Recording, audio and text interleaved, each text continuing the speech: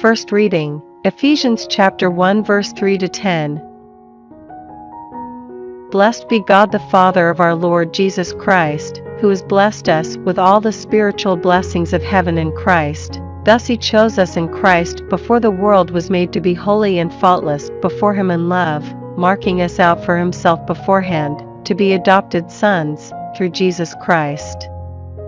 Such was his purpose and good pleasure, to the praise of the glory of his grace, his free gift to us in the Beloved, in whom, through his blood, we gain our freedom, the forgiveness of our sins.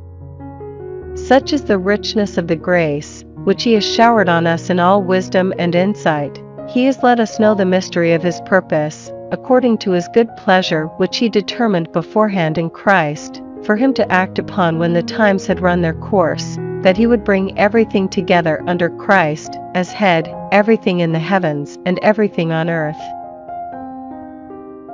Responsorial Psalm, Psalms chapter 98 verse 1, 2 to 3, 3 to 4, 5 to 6. Psalm, sing a new psalm to Yahweh, for he has performed wonders, his saving power is in his right hand and his holy arm. Yahweh has made known his saving power, revealed his saving justice for the nations to see, mindful of his faithful love and his constancy to the house of Israel.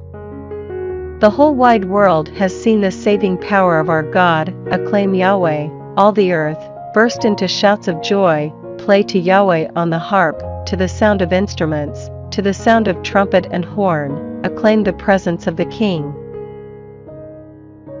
Gospel, Luke chapter 11 verse 47 to 54. Alas for you, because you build tombs for the prophets, the people your ancestors killed. In this way you both witness to what your ancestors did and approve it. They did the killing, you do the building. And that is why the wisdom of God said, I will send them prophets and apostles, some they will slaughter and persecute, so that this generation will have to answer for every prophet's blood that has been shed since the foundation of the world. From the blood of Abel to the blood of Zechariah, who perished between the altar and the temple. Yes, I tell you, this generation will have to answer for it all. Alas for you lawyers who have taken away the key of knowledge.